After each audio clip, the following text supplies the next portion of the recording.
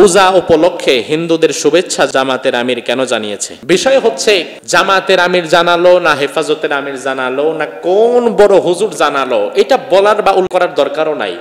শুধু এতটুকু জানতে চাইবেন যে পূজা উপলক্ষে শুভেচ্ছা জানানো যাবে কিনা। তার কারণ মাসালা আওয়ামী লীগের জন্য যেটা, মাসালা বিএনপির জন্য যেটা, মাসালা জামাতের জন্য। আল্লাহ বলছেন ইন্না শিরকা লাযুলমুন আযীম, শিরিক মস্ত বড় পাপ। কোরআনে আল্লাহ বলছেন আমি আল্লাহ তাআলা শিরিক ব্যতীত সব গুনাহ ক্ষমা করতে পারি, শিরিক ক্ষমা করব না। এখন আল্লাহ তাআলা যেই গুনাহ ক্ষমা করবে না, কোরআনে যেই গুনাহকে মস্ত বড় পাপ বলা হয়েছে, যেই গুনাহ করলে নিশ্চিত জাহান্নামী, তাহলে আমার প্রতিবেশী ভিন্ন ধর্মাবলম্বী একজন ভাই সে ওই গুনাহটা করছে, এটা দেখে আমি কি আনন্দিত? তো আমি তো এটা দেখে ব্যথিত, মনে মনে ব্যথিত। আমি তাকে বাধা দেব না, কিন্তু ব্যক্তিগতভাবে আমি তো খুশি না তার এই পূজার কাজে। এখন আমি যেহেতু খুশি না, আমি কিভাবে তাকে এখানে আমন্ত্রণ জানাচ্ছি, আমি কিভাবে তাকে এই পূজা উপলক্ষে শুভেচ্ছা জানাচ্ছি? বরং এটা যেহেতু একটা ধর্মীয় বিষয়, এটা যেহেতু ধর্মীয় বিষয়, এই মাসালা তো দেয়া দরকার ছিল ওলামায়ে কেরামদের, আলেমদের। কিন্তু বিপদ হয় যখন পূজা পার্বণ আসে, তখন এই শুভেচ্ছা জানানোর এই বিষয়টা সবচেয়ে বেশি করে রাজনৈতিক নেতারা। তারা এগুলো ব্যানার পোস্টার করে ছাপিয়ে দেয়।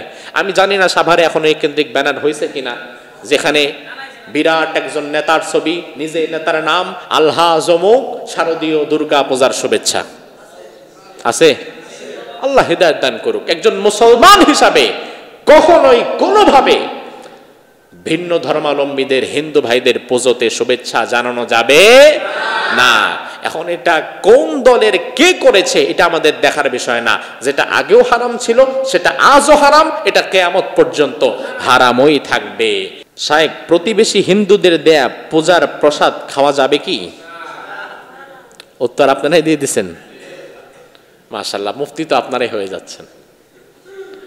আসলে শোনেন, বিষয় হচ্ছে ধারাবাহিকভাবে যখন কেউ মনোযোগ সহকারে কোনো একজন আলেমের আলোচনা বছরের পর বছর শুনতে থাকে, ওই বান্দা জীবনেও মাদ্রাসায় পড়ে নাই, কিন্তু অনেক কথা সে আলেমদের শুনেছে এবং ওগুলা কোরআন সুন্নাহ ভিত্তিক এমন যদি হয়, তাহলে দেখবেন শরিয়াতের অনেক বিষয় তার ধারণা তৈরি হয়ে যায়।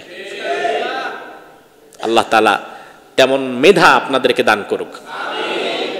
হিন্দুদের প্রসাদ খাওয়া, এটা পরে আসি।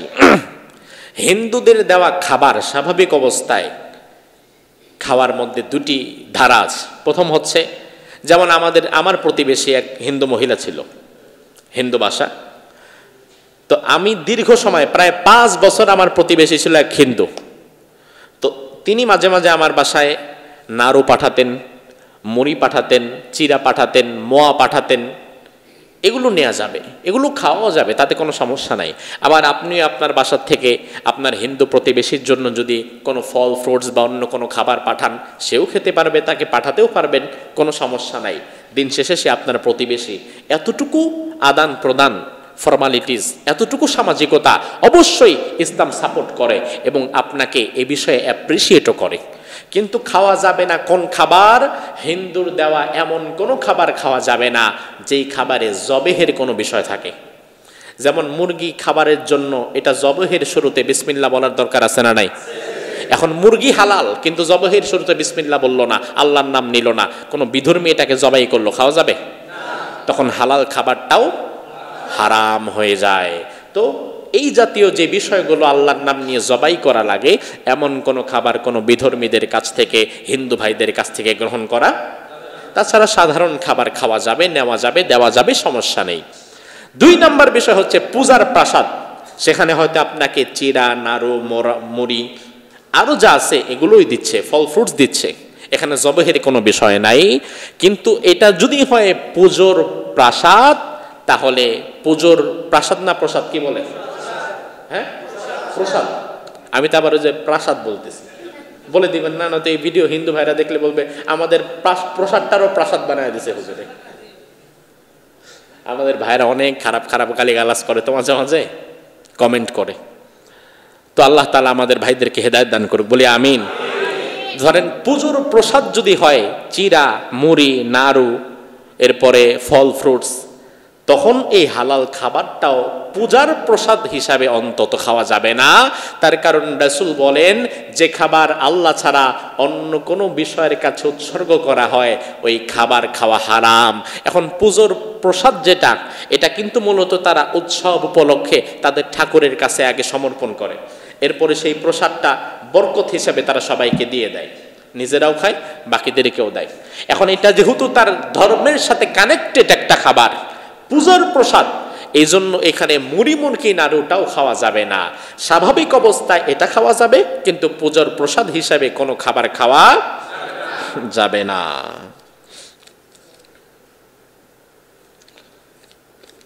বর্তমান সময়ে একটা বৃহৎ ইসলামী রাজনৈতিক দলের নায়েবে আমির ভারতের এক বিশ্ববিদ্যালয়ের অধ্যাপকের ইন্টারভিউ, নায়েবে আমির জিজ্ঞাসা করা হলো তারা আফগানের, মাশাআল্লাহ এত বড় প্রশ্ন, মতো শরিয়া রাষ্ট্র কার্যকর করবে কিনা। উত্তরে সরাসরি জানায় সে, আমরা কি কখনো বলেছি যে আমরা শরিয়া কায়েম করব? এমত অবস্থায় এরূপ কথায় বিশ্বাস রাখলে ঈমান বিধ্বংসী নয় কি? আপনার মতামত কি? আমার মতামত তো বিষয় না, বিষয় হচ্ছে এই কেন্দ্রিক প্রশ্ন যারা করবেন তারা একটু মেহেরবানি করে এই কথাটা যেই নায়েবে আমির বা যেই ব্যক্তি বলেছে তাকে করবেন। কারণ যেহেতু উনি বলেছেন, উত্তরটা উনি দিলে ভালো হয়, আমি উত্তর দিলে তো আমার মতো দিব। এই কেন্দ্রিক কথা স্বাভাবিকত এই কেন্দ্রিক প্রশ্ন আসার প্রয়োজন নাই। এরপরেও করলে এটা যিনি করেছেন বা যিনি বলেছেন, নয়তো বলবেন উনি আর উত্তর দিব আমি কি তার পিএস নাকি? আচ্ছা, এরপরও জানার জন্য বলি, বিষয় হচ্ছে কোনো একটি দলের নায়েবে আমিরকে লিখা হয়েছে, কোনো একটি দলের নায়েবে আমিরকে জিজ্ঞেস করা হয়েছে আপনারা ক্ষমতায় আসলে আফগানের মতো শরিয়া কায়েম করবেন? উনি বলেছে, আমরা কি কখনো বলেছি এটা?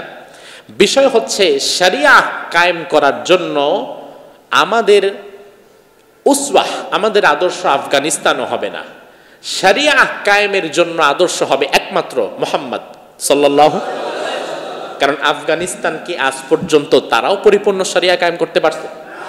আমাদের একজন বরেণ্য আলেমে দিন আছে আল্লামা মামুনুল হক হাফিজাহুল্লাহ, তিনি কিছুদিন আগে আফগান সফর করেছেন। তো তিনি এসে বললেন যে সেখানেও নারীদেরকে পরিপূর্ণ পর্দার জন্য ফোর্স করা হয় না, উৎসাহ দেওয়া হয়, বিভিন্ন জায়গায় লিখে রাখা হয় যে আপনারা পর্দা করুন, ইসলাম মেনে চলুন। এরপরেও কোনো কোনো নারী হাফ পর্দা করে, কেউ ফুল পর্দা করে, নারীরা বাজারঘাট করে, সব কিছুই করে। তালেবান সেখানে তাদেরকে উৎসাহ দিচ্ছে, বাট ফোর্স করছে না, জোর করছে না। তো আফগানিস্তান এখনো পরিপূর্ণ শরিয়া কায়েম করতে পারে নাই, তবে যেটুকু তারা পেরেছে এতটুকু অবশ্যই অনেক ভালো করেছে, অনেক ভালো পেরেছে। আমরা দোয়া করি তারা যতটুকু পারেনি ততটুকু যেন তারা সফল করে দেখায়। আর আমাদের আদর্শ হচ্ছে মদিনায় রাসূল যেভাবে শরিয়া কায়েম করেছেন, কোরআন প্রতিষ্ঠা করেছেন, ধারাবাহিকভাবে সেদিকে যেতে হবে। আল্লাহ তাআলা কবুল করুক, বলি আমিন। সর্বশেষ প্রশ্ন, পূজা উপলক্ষে হিন্দুদের শুভেচ্ছা জানানো কি ধরনের গুনাহ?